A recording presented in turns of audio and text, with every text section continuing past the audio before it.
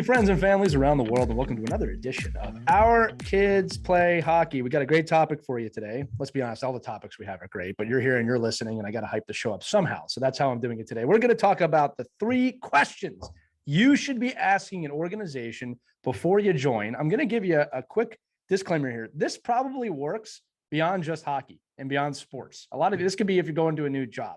But for today's episode, we're going to be focusing on hockey organizations, which means I have to bring in my 2 great co-hosts, the greatest people on the planet, Christy Casciano-Burns and Mike Bonelli. They're both here. They're both ready to go. We're each going to give one question that we would ask. And at the end of the episode, as we said, you'll have 3 questions you should ask a hockey organization before you join. And I'm going to throw it first to the heart of the show, Christy Casciano-Burns. There you go. Well, you should definitely be like Mike Bonelli and ask a million questions before you hook up with a give them a handwritten test, like Herb Brooks. For me, the $1 million question is the schedule. I really need to know it. How many practices? How many games? How many tournaments? Does this team fit my schedule, my family's schedule? That is so important, because I know when they go for the tryouts and, oh, this team's so great, it's the perfect fit for my kid. And then the team accepts your kid. Okay, the kid makes the team. Yeah, you're a good fit for us. But that really, you really have to analyze it and see what the commitment is. Is it okay for your kid if let's say he takes piano lessons? Can he continue doing his lessons? And, is that going to fit with the hockey schedule? Maybe they're into other things. Maybe they want to be in the school play. Will the team allow them to do that during the hockey season? Is this a team that's all about winning a state championship, or is this a team about developing your player? Family fit is so important when you scout out these teams. And you got to have a coach who you can talk to, who, if you're not one of those players who wants to, be at every single tournament, every single game, and have that huge commitment 5 nights a week, then that's not the team for you. And you got to be able to let the coach know if conflicts are happening. And if he's not listening, he's like, no, it's my team or nothing, then maybe that's not the right team for you. That's a great point, Christy. All of it. You made me think of a few things. One is not just when are the practices in terms of days, but what time are the practices? Right. My son's practices at MITRE at like 4:15 in the afternoon. And for most people out there, you're not home at 4:15 in the afternoon. Right. So how do you get them to practice? Right. I'm in a fortunate position where I can kind of move my schedule around, but not Not everybody can do that. 2-income family. That's going to be really hard. Right. Yeah. That's number 1. Number 2, I think you added I'm gonna allow it for the purpose of the episode, but that was another great question you asked, is are you about winning or are you about development? Right. And here's the thing. I mean, the answer should almost always be development, because winning is a result of that. Right. But that's a great question. We talked about this with my son. And it's funny because I've been challenged on this, and it's so true. They said, what team do you want your kid on? I said, whichever one is correct for his development. He did not make the top team next year. I am 1,000,000,000% okay with that. Right, because you have to realize, if that team is all about winning, your kid, if they're not as developed as the other players, they're not going to get as much playing time. If you're okay with that, then fine. Right. But if you want your kid out on the ice developing, then that win at all costs team may not be a good fit for you. Well, and I want him to have fun. All right. The other thing too, look, I'll also concede this. I am a hockey coach, so I have to remind myself 72 times at every game in practice, it's supposed to be fun for my kid. Meaning that, look, I like the grind. I like the work. At 8 years old, that's not the experience. Right. But that's a me problem, not a son problem, not a daughter problem. So I think that creating that environment via the schedule, just kind of staying on your point, for your family, for your kid. And we all, our lives all revolve around hockey. Okay. We know that, but making sure that you're scheduling correctly around your family and your life is super, super important. Especially when they get into the upper levels. Now, Sophia had a conflict. She wanted to be on this AAA travel team and play high school. There was one team that didn't like that, didn't want high school kids on their team. You couldn't do both. So that's important too, especially in the high school years. If your kid really wants to play a high school hockey, make sure that the travel team is okay with that, really okay with that, because they may say that's fine, just to get you on the team and build their numbers. If that coach says, well, you're going to have to miss your high school game, then that's going to be a problem because the high school season is so short. Yeah. Yeah, I think it's across the whole gamut, right, of your age groups. So this, because we all talk about 8U, 10U, 12U being multi-sport athletes. If you're going to be a multi-sport athlete, then you have to know what the schedule is of the one sport that's in season, right? So it's so important if you're talking to your soccer coach or your baseball coach or your equestrian coach or your whatever it is, that schedule is. I mean, we've talked about this on the podcast a lot about pre and post kids, and I think pre kids. Like as a hockey director, I was always like, oh yeah, we'll just throw the schedule out, and as long as it works for me, I mean, it all works, doesn't it? I mean, 4:15. Yeah, I'm 23 years old. Why you can't get here at 4:15 for my practice? But you have to start thinking like a parent. So if you're an organization and a coach, you have to start thinking, well, if I want my kids to have fun, I want my kids, because they're not mutually exclusive. I could have fun and develop. I should be, right? Absolutely. They should be working together. So if that's Right. the case, then how do I have so much fun and develop and give parents a schedule that they can then embrace my need to win and my need to develop? So, if you're going to send a schedule out on Mondays, and this happens in organizations across the board, like they'll send a schedule out on Friday for the next week. I'm like, I don't even know how you work like this. Like who can do this? Like, how can you do it even as a coach? So, be prepared, have a layout of the practices, have your season schedule planned out. Yes, are there going to be movements and changes? But I think the biggest part of a schedule is the schedule. I mean, just giving me a schedule. I mean, yes, I know you want to win. I know we have so many games. I know we have practices, but don't tell me on Friday night that we have 2 games newly scheduled on Saturday that are must games for us to win. Because it really just, it's a recipe for disaster. And the craziest thing, right, Lee, is people will do it. Like they'll find a way to get there. Look, team managers and coaches. Yeah, that's true. They tend to schedule the way they schedule their own life. Right. So if you're an unscheduled person normally, you're probably going to be an unscheduled person in hockey. And my suggestion is kind of know your gaps there. If you're not good at that, get a team manager that is, or bring in someone that is, right? Like don't allow yourself to do that, because you're going to affect other people's lives. Mike, I love that you brought up the organizational side of this, because there is responsibility on the other side as well to provide the parents with a schedule. And I know that with my calendar, it's to the minute, just because of all the stuff we do. Christy, obviously you have to be the same way. Mike, you too. Yeah. The other thing too is that, I remember when I was in high school, we had a great varsity athlete there. He played 5 sports. He varsitied 5 letters his junior and senior year a year. So I remember looking at him, I'm thinking, if he can play 5 sports, most of them simultaneously, then we can do this, right? I'm playing 1 sport, maybe multiple teams. But yeah, it just comes down to organization. And parents, look, I was not the most organized person when I was younger. And I think that today with technology, this is a great opportunity to also teach your kids about, hey, you should have a calendar, you have a phone, your schedule is going to sync to your phone. You don't have to put it in manually anymore. And you should be responsible about knowing when your practices are and knowing when things are. Obviously, past a certain age, I don't expect my son to do that beyond a paper calendar on the wall of like, hey, look, this is today. But that's an important one. Christy, it's a great question. It's a great thing I think is underestimated. I think people do just run into organizations. They go, oh, you made the team. Our practices are at 2:00 on Tuesdays. Oh, well, yeah, right. And our kids do love structure. I mean, they want to know, like, okay, true. On Tuesday nights, I have hockey. I get it, and then you, as a parent, I hope you can use that as a way to cajole other things out to them. Like, hey, you got to get your homework done today because you have hockey tomorrow, and this is the time we have it. So our Monday is going to be our study day. Our Wednesday is going to be our extra study day. Like, where are we going to fit in the rest of our schedule? But if I don't know that schedule ahead of time and I sign up for a team that says, oh, by the way, our schedule rotates on 3 different nights for every month.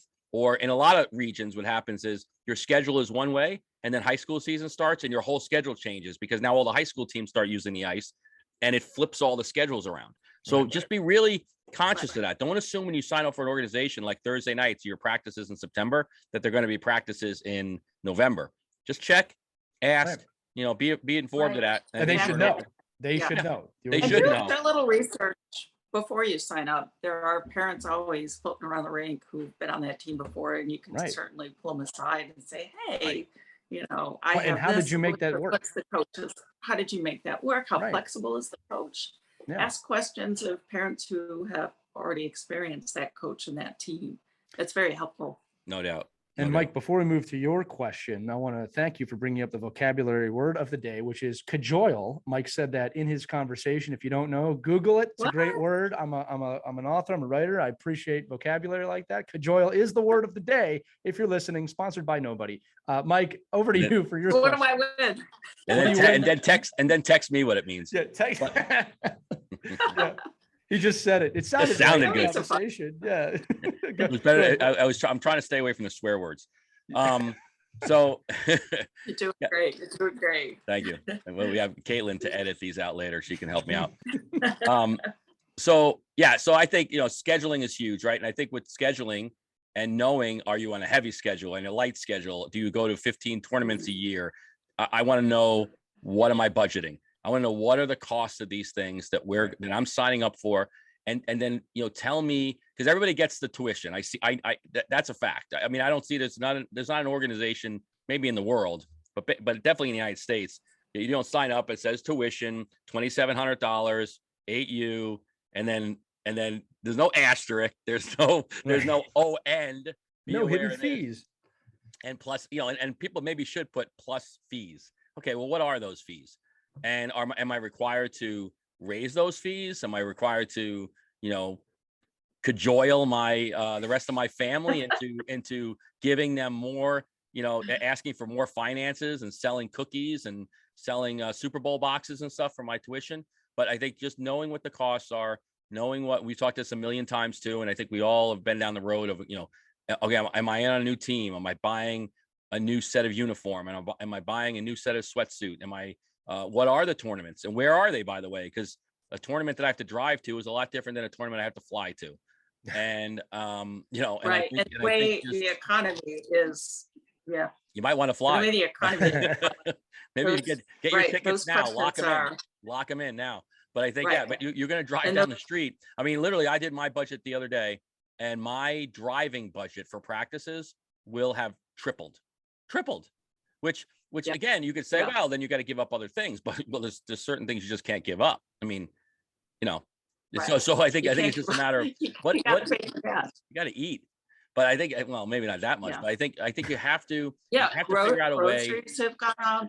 Well, everything, right? So what is my cost that I'm laying into? And I think knowing that ahead of time, there's no big red flags. If your organization can't give you like a real honest assessment of what your all-in costs are, not just your tuition, your all-in cost for the year, then that's something you really got to look at. That's something you got to be considerate about, when you go to a tryout and say, listen, I love trying out for this team, and I love the fact that I could make it, but what are the all-in costs? And I think some of us in the hockey world, because hockey is there's a lot of people that don't have worries about money. And we're doing this more and more, right? We've talked about this a couple of times where we're eliminating the sport for so many people on pricing people out of the game at the economic scale. So what happens is the rich just keep getting richer. Like you spend money one year, like, well, I don't know, they spent $10,000 last year. Why don't let's spend $12,000 this year? Like when coaches and people that run organizations just keep scheduling things without any thought about the other 18 players that are on that roster and what that costs them, that to me, that's a red flag. But again, I'm a little different. I'm in a strange part of the country where it seems like players can go to, 15 different tournaments a month and don't bat an eyelash. Like, they could stay at the Four Seasons every single weekend and it doesn't affect them. I don't know that. I don't think that's true everywhere. And I think we have to be aware of that when we sign up for programs and we want to know what my budget is for this program.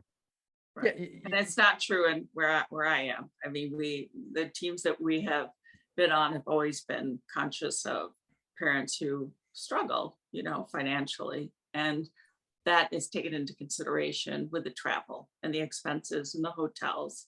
So that's a really important factor, and I would hope that other parents would be sensitive to that when parents are speaking up and saying, I don't know that my family can afford this. Maybe we cut back a little bit on the traveling. And it's hard for people, right? Because it's embarrassing. I mean, it's hard for somebody to say, I don't know, everybody else is going to this weekend tournament that you just scheduled, and it's going to cost another, it's an $800 into my budget that I didn't expect. I mean, that's a lot of money for a lot of people. If you told me, oh, by the way, every month your refrigerator is going to break down and you got to get a new refrigerator, I'd be like, well, that's a lot of money. Like, but for some people, there's like, well, yeah, just sign up for another tournament, no problem. Look, this is what I'll say. I'll never underestimate a parent's love for their child and what a parent is willing to do to allow their kid to play. But I think the key word here, guys, is consciousness in terms of organizations and other parents. And look, if you're a well-off family, that's great. I really mean that. I'm not saying that sarcastic. That's wonderful if you're doing well, but that doesn't mean we should not take into consideration families that maybe aren't doing well. With inflation, the economy is not exactly going the best direction at the moment. All right. Honestly, this season is probably going to be a little tough financially. Mike, you already alluded to that, just from inflation. If the market crashes, there's 100 things that could happen here that could make this tough financially for people. So as a question, yeah, look, you're going to want to know, I wouldn't call them hidden fees, but ask the parents, like, look, are you going to make me buy new jerseys this year? Something I didn't know in my organization is that at every level, only one child can have the number that he has. It's not by team, it's by level. So at the mite level, only one player can have the number 9, which is my son's number. Now he had that last year, so he's a legacy. He'll get it again this year. But when he goes to squirt, if there's number 9, he's got to buy new jerseys. Yeah. There's a hidden cost, if you will, right? Are you going to sell me beanie hats for $800 a hat this year? Are we buying team jackets? Are we traveling? There are a lot of costs. And again, some of them are optional. But as I said, parents, no parent wants their kid to be the only kid on the team without that hat. All right. So I think there's multiple opportunities here. I think one is an opportunity to teach your kids about, hey, listen, we got to batten down the hatches and get your bootstraps on, and we're going to have to work if we want to do this, right? Maybe we'll get a part-time job. I don't think there's anything wrong with that. All right. I think parents that protect their kids from that side of life are actually doing them a disservice, right? I had a job when I was 14, 15 years old. I had to do that. So just some things to think about, but yeah, you got to know what it's going to cost. I think we said it on a couple of episodes ago when we were talking about the cost of hockey, that you probably want to double your team dues. That's probably what it's going to cost at minimum, right? So whatever the team's charging it, doubling that's probably a good starting point for the season. The other thing too, just to keep in mind, and Mike, this might be an answer to the question, is I was actually just having a conversation with a major stick manufacturer, and we were talking about the difference between a $300 stick and a $100 stick. And while the $300 stick probably does perform a little bit better, the question was, is it worth the extra $200? And the answer is usually no. All right. It will perform a little bit better, maybe $50 better. But do I need the $300 stick to play? I really don't. Right. And the stick is just an extension of me as a player. It's not the stick that makes me. So I look at organizations the same way. I would rather go to an organization that's going to be 500 with better coaching in terms of development as a player, as my youth, than the team I know is going to win, and I'll be on the fourth line all season. All right, parents, I know that's a tough one for your kids. I promise you, if you go to the right developmental team, even if it costs less, and don't be fooled, the more you spend, just going back to my stick analogy, does not mean you're going to get better coaching. Those two things are not always exclusive. It's not a shot at coaches at any level, but you really got to gauge, where is my kid at? Does my kid need a confidence season? Right? Christy, we've talked about that with your daughter before. They're not making the big team, and then you get the confidence season. I grew more in those are gold. Yeah, those seasons are gold. I think I grew more in those seasons than some of the tough seasons that I've had. I think that was my point really too, is that it's not, you could have all the money in the world. I mean, it's not even a lack of financial question. Sometimes it's what's your ROI? Like, what are you like? Okay, this is what it costs. Thank you. And I'll push back a little bit. At certain ages, doesn't matter what stick you give a kid, right? But at certain ages, performance does come into account, right? So at a certain performance level, a different stick, a different tennis racket, a different club is going to make a big difference. But if you don't know how to use that club, that racket, that stick, then the fact that it has Patrick Laine's name on it doesn't mean anything, right? So, but and the same thing with hockey coaches and hockey organizations. Yes, okay, it costs a lot of money. I get it. So, but what's my game to practice ratio? What's my practice to practice ratio? Does this coach talk for 25 minutes during an hour practice? I'm paying to come, but am I getting my 60 minutes? I want a coach that's going to teach, and have a hell of a lot of fun, than somebody that puts together, like you'll go to practices, go to team practices and watch a coach at the 12U level and 14U level run practices that are working on special teams. And you will see 9 kids for 25 minutes sitting on the bench, waiting for the special team kids to finally get the proper breakout. And it is unforgivable. And it's malpractice from coaching. But that's where your financial commitment comes in. You could have all the money in the world, but if I'm paying and I'm going to sit there, well, what's the point? So just give me a place where I can pay. I value what I paid. I value the coaching staff, and then let my kid go nuts. I'll give you a good example real quick, and then we'll move on here. Is that I remember, look, one of the things, especially at the younger levels, but this is probably true of most levels, is you want most kids moving at any given time. You don't want just 2 kids doing a drill. Right. You want multiple kids doing a drill. I think that's the best way to do it, whether it's a flow drill or a fun drill, or you have stations. You never want the minimal amount of kids doing a drill at once. Right.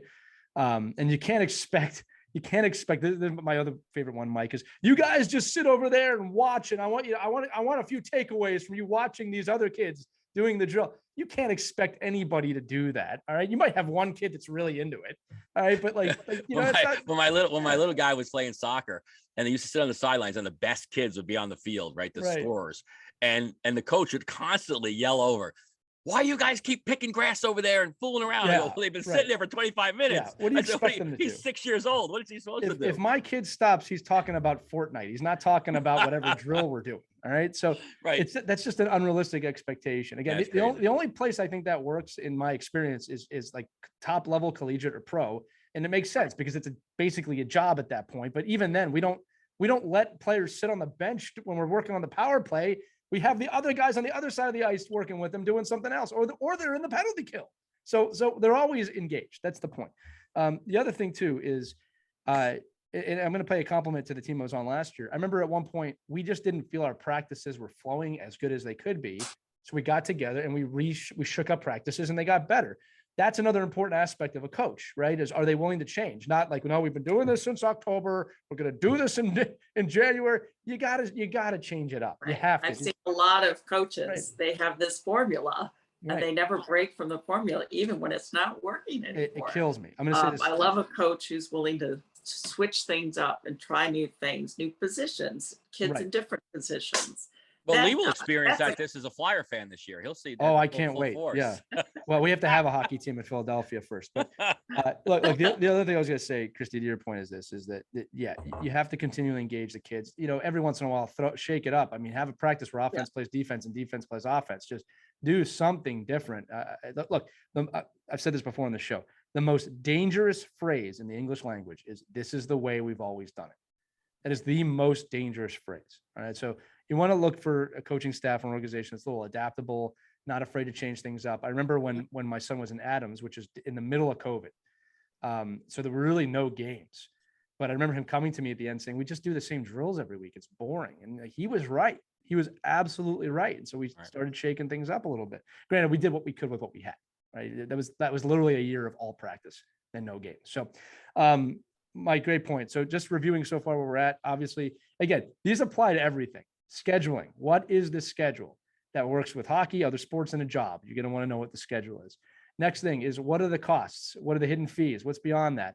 If there's just a job, it's how much am I going to get paid and how much are you going to tax? But you have to know financially where you stand. My question is a little bit more team-based, culture-based, but it's what is the culture of your organization? And it's funny because I think I get cross-eyed people when I ask that question, but I want to know. I want to know, who are you? What do you stand for? And if you can't tell me that, that's kind of a red flag.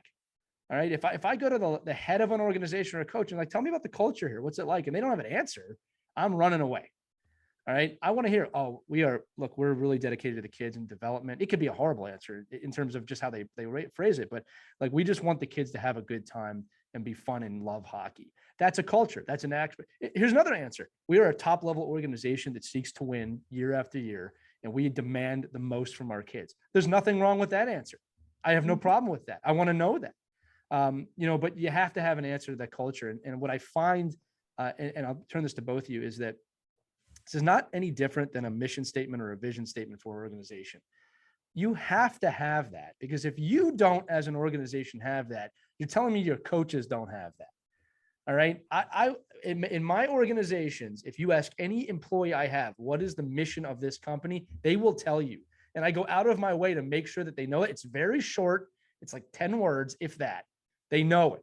Right. It's not a constitution. All right. It's just a few words of, this is what my company stands for. This is the team. This is why we do this. So as an organization, I want to hear them say, and it should not be hard to go, we are about the development of youth athletes and making sure that they love this sport. All right. That's great. I want to know that. I'm going to say it again. If you ask that again, reiterate my point. What's the culture here? Culture.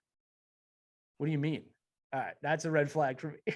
What do you mean? But I also think if we're talking about three things, right? It's the hardest of the three things, because what it does is your culture actually will dictate your schedule and what the costs are, because the fact is the way culturally you set up. And I think this is which is amazing to me, because of the people I know that are in hockey or really in youth sports, that are usually some pretty high functioning, high level men and women that like own companies and own businesses and are very, politically savvy.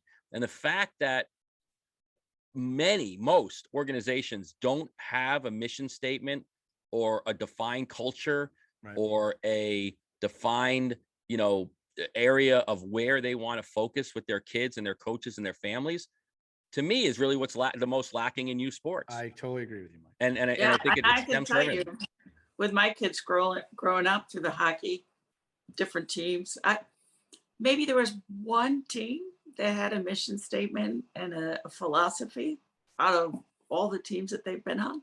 It's never been a priority, and it needs to be. And you're right. It's really at the heart of what that team is all about. And it does affect schedule. It does affect cost. So if you know what the mission is, what the intent of that team is, it kind of answers all your other questions. I'll tell you this too, Christy. Yeah. And look, everybody who listens to the show, I like to equate things to life beyond hockey. Okay. For most organizations, the loudest statement, and we've all seen this, when you walk into an arena, is how many banners are on the wall. How many championship banners or second place runner-up banners do you have on the wall? Well, this team must be good. That is not how life works at all. All right. Because the truth is, you could walk into a workplace that does great. You might not fit in, right? Or it might not or maybe they're doing it immorally. There's 100 reasons why that's not a good reason. Look, I'm always happy for organizational success. There's nothing wrong with winning. All right. I hate losing. We've talked about this. I'm a very competitive person. All right. But it all comes down to how you define winning. When I walk into a rink, I want to see on the wall, we are here to learn, grow, and have fun. All right. I want to see it. All right. I remember when I was 16, 17 years old, I joined an organization. They gave me my first playbook. Man, that thing must have been the Bible to me. I took that everywhere. There was a mission statement on the first page. I really bought into that.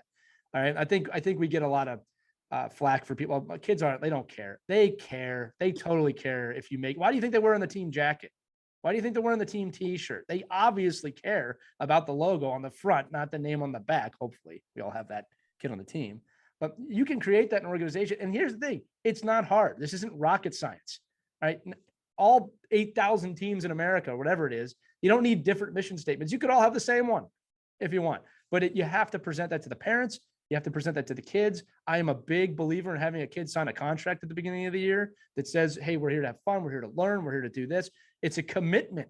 You're making a commitment to a team, right? And again, look, there are scenarios where kids fall out of love with the game. I understand that, but you make a commitment as a parent. My job is, no, you made a commitment. We're going to follow through with this commitment unless it's so unbearable that you really can't handle it. All right. But the culture, the mission statement is a big part of that commitment. It also, if I may, keeps the organization and the coaches accountable. All right. It's an anchor for me to go back to, you know what, Lee, you're getting a little too competitive as a coach right now. The mission statement says we're here to develop and have fun at 8U, 10U, whatever. All right. There's nothing wrong with that. And Christy, you're right. Not enough organizations do this. So no, they don't. Yeah, and they will start doing t-shirts made up with a mission statement on the back of the shirt. I used to do that when I coached college. I would make our team t-shirts have team that. Actually, come to think of it, her team does that. Right. So they but I think that's such a simple concept, right? I mean, I remember coming back from a coaching clinic in Windsor, Ontario. Roger Nilsson used to run this great clinic, and all the pro coaches were up there, and they'd have all kinds of the teaching moments. And one of the things that really struck me as a young coach, that you forget that you had mission statements built into when you played for coaches. Maybe they weren't as deliberate as Lee and you and yourself are talking about, but I remember Roger had his t-shirts that he had made up, and everything that was in the locker room. I mean, the show that's out there right now is big on having a mission statement and goals and stuff like that, right? I forget the Apple TV. Ted Lasso. Ted Lasso. Yeah, So some like things like that, like re-emphasizes how powerful a message is. And to Lee's point, it doesn't have to be a 15-page document. Like I remember Roger had one. It would just say "Never give up," and it was a picture of a. It was a what was it? It was like a seagull or something, an ibis in the weeds, eating a frog, and the frog's hands around the ibis's neck, like saying, "Don't never give up. Like you can always get out of this." And I think that's, when you watch teams that are the highest level of success at the end of the year, there's something there. There's some kind of a mission and some kind of Lee, what was the episode we did on having an object, like a unification object. That's part of culture. That's part of your mission statement. That's something kids can drive towards, and parents can drive towards, your coach can drive towards, and hopefully your entire organization. In an ideal world, it's not individual teams, because when you look at youth sports, it's not like the Pittsburgh Penguins. It's not one team. It's a lot of little teams. But if you can find cultural, pieces in there that could be alike, it's going to help the growth and retention of your organization. And parents, ask other parents. Like I said, that's another one. Like, look, I hope when people look back on the season I just went through, they'll say, "Oh yeah, we did this team building. We had a great time at tournaments. The kids really bonded. They loved it." That's culture. That's good. What I don't want to hear is, "Oh, let me tell you about last season." Yeah. Let me tell you about last That's horrible. Yeah, that's not what I want to hear when I come into a season. Mike, just to reiterate your point, when I was in college, and I took this with me forever. In fact, anyone who's ever played for me will know what I'm about to say. I had a Marine my freshman year of college. He goes, "Team, teammate, self." That's the order in which we prioritize. And that became our motto. It's on all our t-shirts, and every single team I've coached since then has heard that. Team, teammate, self. That is the order of how we prioritize. Your team comes first, then your teammates, and then your own effort. Right. It changed my life. That changed my life. And it's simple, right? It's simple. You do an episode with JB Spizzo, and a guy like that will say it's simple. You don't need, I don't need to have a paragraph written on the back of a t-shirt. No. I need something a kid can recite. Another teammate can push you in the shoulder and say, "Don't forget, this is who we are. Chin up." And it could be 100 things. Yeah. And it's just a way, and it's really, when you bring it down to the youth level, it's a great way for a parent to look at another parent and say, "Don't forget what our mission is here. Right. Our mission is not to, get your hands off the official's neck, and remember the mission." Right. And Mr. Official, make better calls. Because you're not just here to pick up a paycheck. We know the officials stink. I get that. Yeah. But... No, we always joke. I always joke with officials. Like, there's just a bare minimum bar I expect. Just a bare minimum. I'm not expecting to be an NHL rep, but just do the bare minimum. That's a whole nother episode. We'll have to have Carrie Fraser back on again for that one. Right. I'll say this too, just in closing, is that it is never too early. This is just, I've heard parents say this, and it's a common misconception. It is never too early to teach your kids goal setting, mission statements, the meaning of words like accountability and teamwork and trust. It's never too early. And I promise you, I'm not using that word lightly, that will pay off in the future. Again, should your kid go on to play hockey in an extremely high level? Awesome. I am so for that. I will never tell a kid not to dream. But the truth is, even if you do make it to the NHL and you're Wayne Gretzky, around 40, it ends, unless you're Jaromir Jagr. But it's going to end at some point. You have to join the real world. So it is never, never too early to teach your kids the power of culture, the power of teamwork. And let's just be honest, everybody. We could use a little bit more of that in our society right now. And I think that's going to be the shift that starts to happening soon. We are divided in a lot of ways. We have to start coming back together at some point, right? And youth sports is a great conduit to do that, right? Because my belief is, the kids aren't always going to agree on everything at hockey, most likely. It's like youth hockey is a great metaphor for all of society in a lot of ways. Well, this is a fun little short episode here, guys. It was fun. Let's just reiterate the three one more time. Number one, brought to you by Christy Casciano Burns. The heart of Our Kids Play Hockey is scheduling. Know the schedule, understand the schedule. How does it affect your schedule? Make sure that your schedule is important. Don't just bow to the hockey gods and say, yes, whatever you need, overlord. That's right. Because I'm playing AAA. Your life matters too. Right. And then number two, the brain of Our Kids Play Hockey, Mike Benelli, said it the best, I think, here is, what's it going to cost me? Get your hand out of my pocket. Let me know how much this is going to cost. And then me, the mouth of Our Kids Play Hockey is culture. All right. Find out the culture. I think if you ask those three questions, and keeping in mind, there's lots of other questions you could ask, but those are three core questions you should be asking an organization or a team before you dive in for the season. And I'm going to be honest with all you listening. The way you get changes here, Christy said it, right? Like a lot of organizations don't have a culture or mission statement. Ask the question. The more people that ask the question, the more need there'll be for an answer, right? Don't be afraid to ask the questions. All right. If you don't ask, you're going to pay the price of not asking. Never hurts. You're teaching your kid how to ask questions. So fun little episode there. I hope you're all enjoying this. This season will be here before you know it. And I don't know about you two, but I've definitely gotten the itch recently, especially when it's been 100 degrees here in Philadelphia. I'm like, I need an ice rink. I want to get back on the ice with. We've been in an ice rink. Right. I mean, I play year round, but it's just something different. Summer's fun, but man, there's just something about the fall when the weather turns and the leaves fall, and the NHL gets started. It's a special time of year. You all know what I'm talking about. So, unless anybody has anything else to add, I'm gonna close this one out. Just if you're an organizational leader and you're listening to this, be proactive and put these in place. Go out and don't wait for a parent to come to you in December and ask, well, what the hell am I paying for? And what is the mission statement here? I just heard this episode.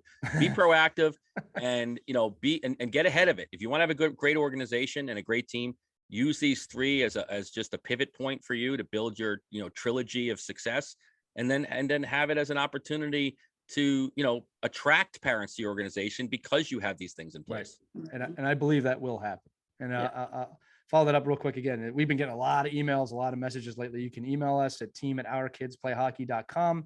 If you have an organizational question, we'll forward it right to Mike. He'll take care of that. He'll get to you, tell you all about Mike Benelli Hockey Solutions, which is a fantastic organization. Or we can just answer your questions. Again, our mailbag has been getting more and more filled. We appreciate all of you that have been reaching out and listening to the episode. Christy, any final words before I move on? Yeah, we also have to not forget the important role parents play in building that culture too. Totally.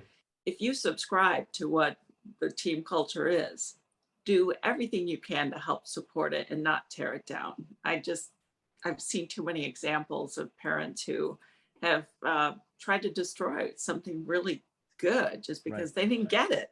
Right. You are not the exception, right? Yeah, you play an important role, and don't underestimate your value too. Right. Yeah. Especially if you have the best, most talented kid on the team and the other kids are not there. There is something to learn there. Right. There's something to learn there. Christy, there's one last thought. My son, I've been telling him a lot because and again, I'm not just saying this to sound like I'm bragging, but he's quite intelligent. And I always tell him, when you know something somebody else doesn't know, if you know that person, help them learn, teach them. Don't be condescending to them because you know something they don't know. It's tough for kids, but that's the message I'm trying to give him is help them, be a helper. Don't be a herder. You know what I mean? So again, every kid's a little different. That's just my experience. But yeah, fantastic point. We all play a role in this. It takes a village, right? It takes a village to make a human being. So that's going to do it for this edition of Our Kids Play Hockey. Once again, if you want to email us or contact us, team@ourkidsplayhockey.com. Or you can visit our Facebook group, Our Kids Play Hockey. It says on Facebook, as I said. And always check out our website, ourkidsplayhockey.com. If you want to see all of our previous episodes. If you like it, please give us a 5-star review on Apple Podcasts, Spotify, wherever you're listening. That helps us out a lot. Make sure to check out the book that Christy and I wrote, whenhockeystops.com, or you can find it on Amazon. It's doing very well. Appreciate all you supported us. So for Christy Casciano Burns and Mike Benelli, I'm Lee Elias. You guys have a wonderful, wonderful week, and we'll see you on the next edition of Our Kids Play Hockey. Take care, everybody. We hope you enjoyed this edition of Our Kids Play Hockey. Make sure to like and subscribe right now if you found value wherever you're listening, whether it's a podcast network, a social media network, or our website, ourkidsplayhockey.com.